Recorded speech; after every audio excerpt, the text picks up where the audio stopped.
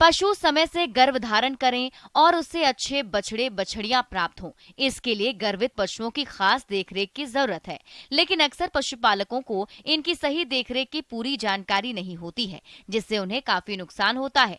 इसलिए आज हम गर्भित पशुओं की सही देखरेख और प्रबंधन के बारे में जानकारी लाए हैं, जिसे हमारे बीच साझा कर रहे हैं जिला रांची के पशु चिकित्सक डॉक्टर आलोक पांडे।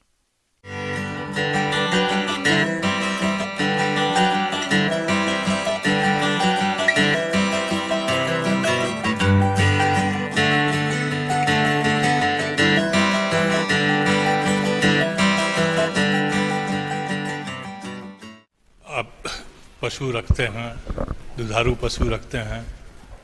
दुधारू पशु में खास करके जो हम लोग गाय भैंस का जो है, अगर गाभिन होती है, दूध दे रही है, तो सबसे जरूरी चीज है कि 2 महीने पहले उसको दूध को सुखाना होता है। अगर दूध देने वाली गाय है तो उसके दूध को सुखाइए। तो आहार जो आप उसको देते हैं, उन दाना मिश्रण को थोड़ा थोड़ा करके कम कीजिए। धीरे धीरे करके जैसे ही दूध कम हो तो उसके बाद सूखा जाता है, तो वहाँ पर कोई भी जो जीवाणुनाशक घोल है दवा का, उसको वहाँ पर लगा देना है थन पे। और ये जरूर ध्यान रखना है कि हमारे जो गाय है वो जो हमने दाना मिश्रण जो कम किया था, फिर उसको धीरे धीरे पुनः स्थापित करना है, उसको ज़्यादा देना है। किसी भी जानवर को जो आप दाना मिश्रण देते हैं वो जीवन यापन के लिए जो है 1 किलो करीब करीब आप देते हैं, और इसके लिए अतिरिक्त आपको 1 से 1.5 किलो देने की आवश्यकता है गर्भवती गाय को। किसान भाइयों, गर्भित पशु को गर्भकाल के समय पूर्ण और संतुलित आहार देना चाहिए। गर्भित पशु को प्रतिदिन 25 से 30 किलो हरा चारा, सूखा चारा, 5 से 6 किलो खल्ली, 1 किलो खनिज मिश्रण, 50 ग्राम नमक, 30 ग्राम और 45 से 60 लीटर स्वच्छ और ताजा पानी प्रतिदिन पीने के लिए अनिवार्य रूप से देना चाहिए।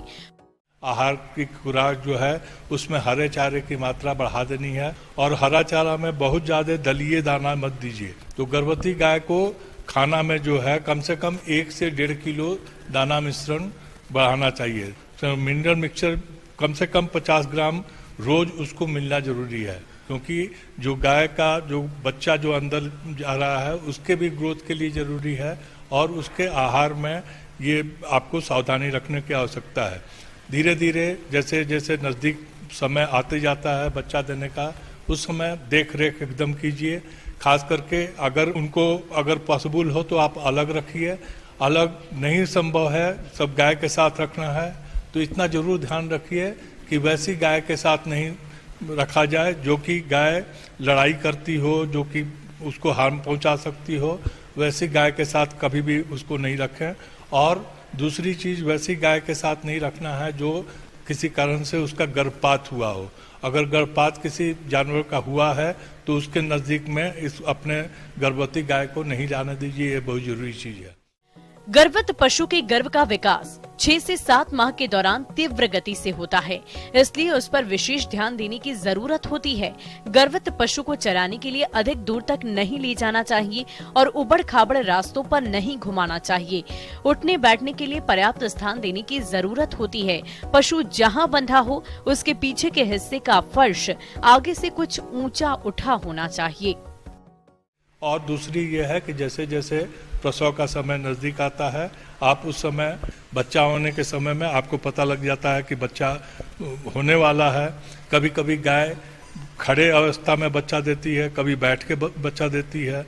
तो गाय अगर खड़े अवस्था में बच्चा देगी तो बच्चा जो है वो गिर सकता है और उसको चोट लग सकती है। इसलिए उस समय आप जब बच्चा देने का समय आए तो निश्चित रूप से वहाँ पर आप जो पशु अटेंडेंट है वहाँ निश्चित रूप से रहे और उसको सहारा देके बच्चे को निकाले, और जितना जल्दी हो सके उतना जल्दी उसके प्लासेंटा को हटाना है। गाय जो है जो बाछी के ऊपर में या बाछा जो भी पैदा हुआ है उसके ऊपर में जो श्लेष्मा लगा रहता है उसको चाट के हटाती है। तो और दूसरा ये है कि बिल्कुल ध्यान देना है कि झेर जो है वो उसको प्लासेंटा को कभी भी जानवर नहीं खाए, क्योंकि वे प्लासेंटा अगर खा लेगी तो आगे का दूध एकदम सूख जाएगा। और दूसरा ये है कि आप उसको, जो आप अभी गुड़ है, हल्दी है, इन सब चीजों को हम लोग उसको देते हैं। पशु को अगर बयाने में कोई परेशानी आए तो नजदीकी पशु चिकित्सक से तुरंत संपर्क करें। बयाने के आधे घंटे के भीतर नवजात बच्चे को खिस अवश्य पिलाएं। प्रसव के बाद ही गाय भैंस को 2 से 3 बार काढ़ा, जिसमें अलसी 200 ग्राम, अजवाइन 100 ग्राम, सौंठ 50 ग्राम को 5 लीटर पानी में अच्छी तरह पकाकर उसमें 1 किलो गुड़ मिलाकर पिलाएं। ये काढ़ा पशु के स्वास्थ्य के लिए बेहद लाभदायक होता है। यदि पशु प्रसव के 12 घंटे के अंदर जीर नहीं गिराता तो आपको नजदीकी पशु चिकित्सक से संपर्क करना चाहिए। तो आप इन सब छोटी छोटी चीजों को अगर ध्यान रखते हैं तो हमारे किसान भाई जो है वो